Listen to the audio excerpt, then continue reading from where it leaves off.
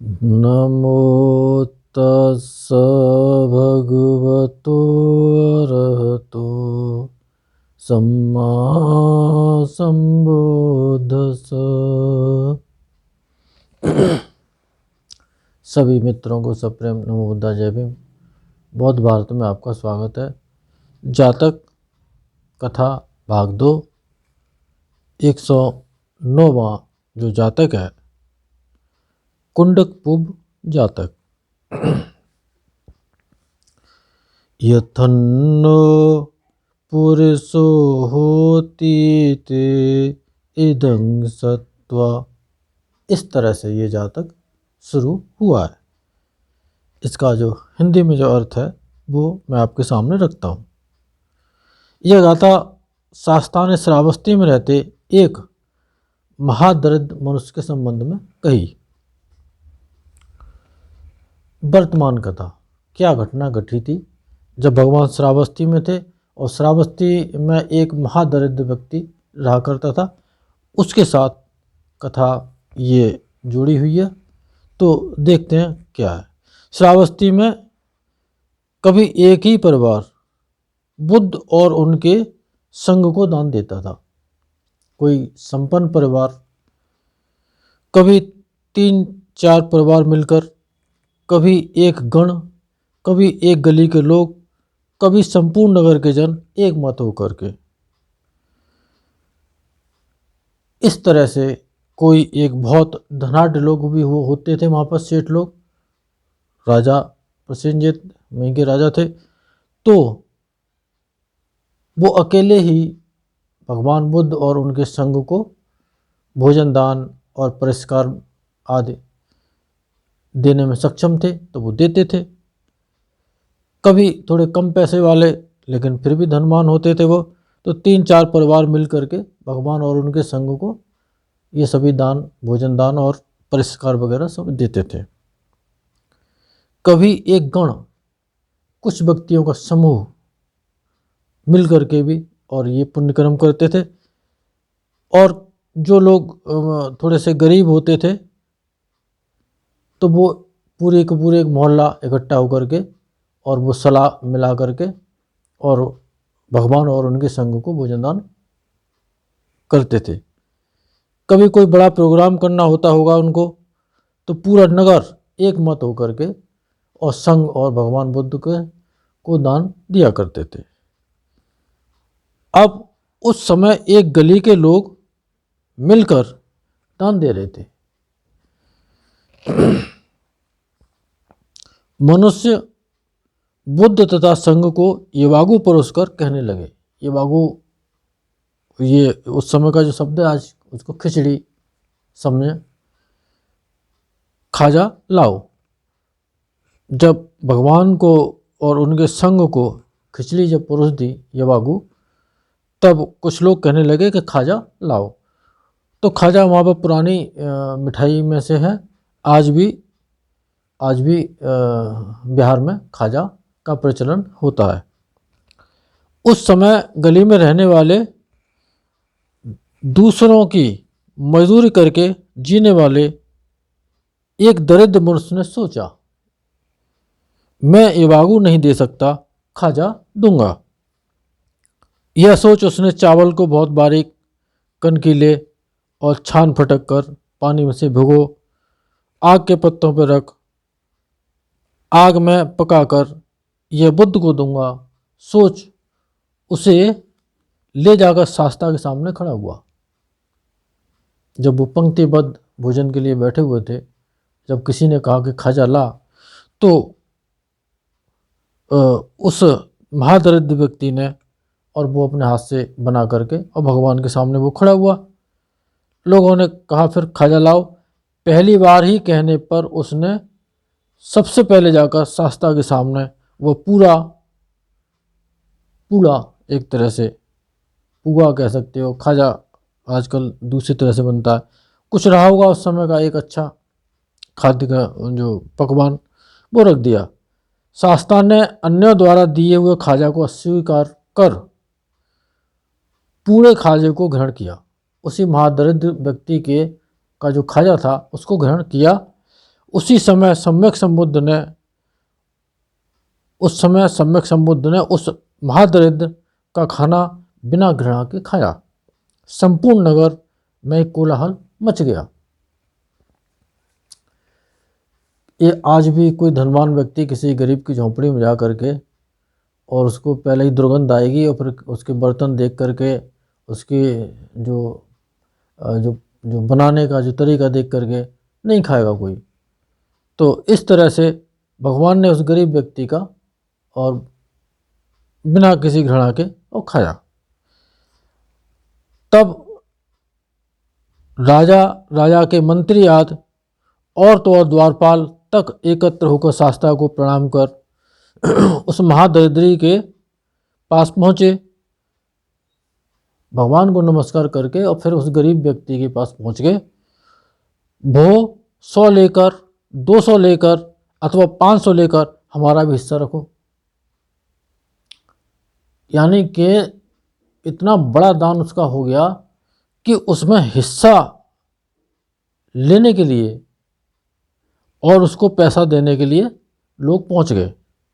कहने लगे उसने शास्ता से पूछकर ज्ञात करूंगा। सोच, शास्ता के पास जाकर वृतांत कहा, किसी से पैसे नहीं लिए और वो जो घटना घट रही थी उसके साथ कि लोग पैसे ले लेकर के उसके घर के सामने लाइन लगाए खड़े थे।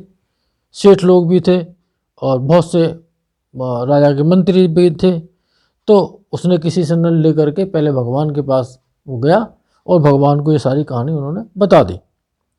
शास्ता ने धन लेकर या बिना लिए जैसे भी हो प्राणियों को हिस्सेदार बनाओ। यानी कि भगवान ने भी ये कह दिया कि या तो धन लो या मत लो, किसी भी तरह से उन्हें भी इस पुण्य कर्म का हिस्सेदार बना लो। शास्ता ने कहा, उसने धन लेना प्रारंभ कर दिया। मनुष्यों ने दुगुना, चौगुना, 8 गुना आदि देकर 9 करोड़ सोना दिया एक महादरिद्र को। और एक खाजा भगवान को जो दान दिया उसका जो प्रभाव था, उसका जो प्रताप था, उसका महातेज था, उससे 9 करोड़ सोने का मालिक बन गया। उस समय जो सिक्के होंगे 9 करोड़ वो। शास्ता दानानुमोदन कर बिहार जाकर अपने अपने कर्तव्य करने में निरत भिक्षुओं को शास्ता ने सुगति प्राप्ति का उपदेश दे गंधकुटी में प्रवेश किया। भिक्षुओं को भगवान ने सुगति के किस तरह से एक अच्छी गति होती है मनुष्य की, वो उपदेश दे करके और गंधकुटी में जहाँ उनका जो आराम का जो निवास था श्रावस्ती में, वहाँ पर जाकर के वो प्रवेश कर गए। शाम को राजा ने उस महादरिद्री को बुलाया और सेठ बनाकर उसका सत्कार किया। यानी कि इतने पैसे वाले व्यक्ति को तो सेठ की पदवी मिल गई। धर्म सभा में भिक्षुओं ने बातचीत चलाई। आयुष्मानो, महान दरिद्री के दिए हुए पुए शास्ता ने बिना घृणा प्रकट किए अमृत के समान खाए। महान दरिद्री भी बहुत सा धन और सेठ का पद प्राप्त कर बहुत संपत्तिशाली हो गया। शास्ता ने आकर भिक्षुओं, बैठे क्या बातचीत कर रहे हो? पूछा। अमुक बातचीत, जो चर्चा जो चल रही थी नगर में, वो भिक्षु आपस में उसको बातचीत कर रहे थे। भिक्षुओं, न केवल इस समय ही मैंने बिना घृणा दिखाए उसके पुए खाए, बल्कि पहले भी जब मैं वृक्ष देवता था तब भी खाए थे। क्या पूर्व जन्म की कथा कही। अतीत कथा। पूर्व समय में वाराणसी की घटना है। ब्रह्मदत्त के राजकाल में बोधिसत्व एक एरण्य वृक्ष देवता के रूप में उत्पन्न हुए। उस गांव के मनुष्य उस समय देवता विश्वासी थे। एक त्योहार आने पर उन्होंने अपने अपने वृक्ष देवताओं को बलि दी। एक दरिद्री मनुष्य ने लोगों को वृक्ष देवताओं की सेवा करते देख स्वयं एक अरण्य वृक्ष की सेवा की। मनुष्य अपने अपने देवताओं के लिए नाना प्रकार के माला, गंध, लेपन और खाद्य भोज लेकर के गए थे, लेकिन वह चूरे के पुए और करछी में पानी ले जाकर अरण्य वृक्ष के समीप पहुँच के सोचने लगा, देवता दिव्य भोजन करते हैं, मेरे देवता यह चूरे का पुआ नहीं खाएंगे, इसे व्यर्थ क्यों नष्ट करूं, मैं ही इसे खा लूँगा। यह सोच वहीं से लौट पड़ा। बोधसत्व ने वृक्ष की शाखा पर खड़े होकर के कहा कि भो पुरुष, यदि तुम धनी होते तो मुझे मधुर खाजा देते, लेकिन तुम दरिद्र हो, मैं तुम्हारा पुआ न खाकर और क्या खाऊंगा। मेरे हिस्से भाग को नष्ट न करो। यानी कि तुम अगर पैसे वाले होते तो अच्छे अच्छे माल लेकर के आते, अच्छे अच्छे पूरी पकवान जैसे और लोग लेकर के आए, और तुम्हारे पास कुछ है ही नहीं तो इसके अलावा तुम क्या लाते। इस तरह से मेरा हिस्सा मेरे सामने रख दो या मेरे हिस्से को नष्ट मत करो। इतना कह यह गाथा कही। बोधिसत्व खंड बिटपे। इस तरह से जैसा आदमी वैसा देवता, इस चूरे के पुए को ला, मेरे हिस्से को नष्ट मत कर। जैसा भोजन तथा उस आदमी का देवता भी उसी प्रकार का भोजन खाने वाला होता है। इस चूरे के पके पुए को ला, मेरे हिस्से को नष्ट मत कर। उसने वापस लौट बोधसत्व को देख बलि दी। बोधसत्व ने उसमें से सार ग्रहण कर पूछा, भले आदमी, तुम किस प्रयोजन से मेरी सेवा करते हो। स्वामी, मैं दरिद्र हूँ, चाहता हूँ कि दरिद्रता से मुक्त हो जाऊँ, इसलिए सेवा करता हूँ। वो पुरुष, चिंता मत कर, तुमने जो सेवा की है वह कृतज्ञ की है, कृत उपकार को न भूलने वाले की है। इस अरण्य के चारों ओर खजाने से धन से भरे घड़े, गर्दन से गर्दन धन से पूर्ण घट सटाकर मिलाकर रखे हैं। तुम राजा को सूचित कर गाड़ियों में धन लदवाकर राजांगण में डलवा, राजा प्रसन्न होकर तुम्हें सेठ का पद देगा। यह कहकर बोधसत्व अंतर्धान हो गए। उसने वैसा ही किया। राजा ने उसे श्रेष्ठी का पद प्रदान किया।